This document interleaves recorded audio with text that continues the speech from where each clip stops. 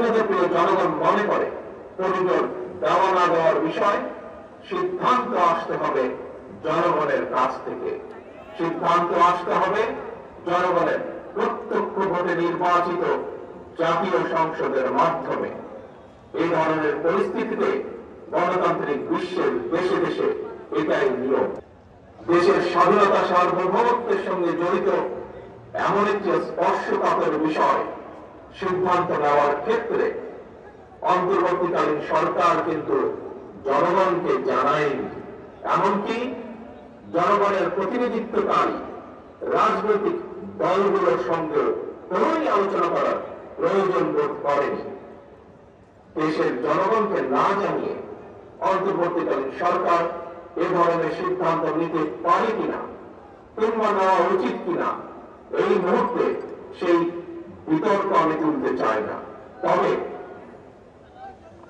দেশের স্বাধীনতা প্রিয় জনগণের মনে করে করিডোর স্বাধীনতা প্রিয় জনগণ মনে করে করিডোর দেওয়া না দেওয়ার বিষয় সিদ্ধান্ত আসতে হবে জনগণের কাছ থেকে। সিদ্ধান্ত আসতে হবে জনগণের প্রত্যক্ষ ভোটে নির্বাচিত জাতীয় সংসদের মাধ্যমে। এই ধরনের পরিস্থিতিতে গণতান্ত্রিক বিশ্বের দেশে দেশে এটাই নিয়ম।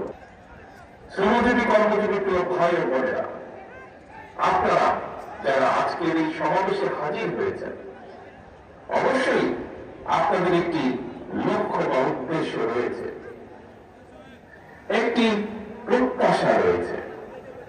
কি সেই প্রত্যাশা, কি সেই উদ্দেশ্য?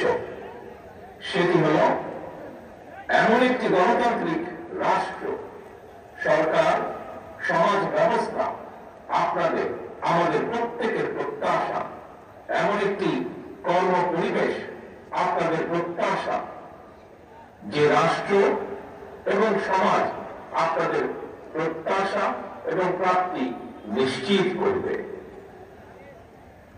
মাথায় ঘাম পায়ে ফেলে উপার্জন করার পর আপনারা শ্রমের ন্যায্য মূল্য পাবেন। রাষ্ট্র ও সমাজে আপনাদের অধিকার এবং মর্যাদা নিশ্চিত থাকবে। এমনই একটি গণতান্ত্রিক রাষ্ট্র, সরকার, সমাজ ব্যবস্থায় আপনাদের সহ আমাদের সকলের প্রত্যাশা। এমন একটি বাংলাদেশ প্রতিষ্ঠিত হলে আপনারা ভালো থাকবেন, আপনাদের পরিবার ভালো থাকবে, বাংলাদেশ ভালো থাকবে। আন্তর্জাতিক শ্রমিক দিবস উপলক্ষে আমি প্রথমেই বাংলাদেশ সহ সারা বিশ্বের শ্রমজীবী কর্মজীবী মানুষের প্রতি জানাই একান্ত শুভেচ্ছা এবং ভালোবাসা। 18 কোটির বেশি মানুষের এই বাংলাদেশে বিভিন্ন সেক্টরে সব মিলিয়ে কর্মক্ষম শ্রমজীবী মানুষের সংখ্যা প্রায় 8 কোটি বা তারও কিছু বেশি।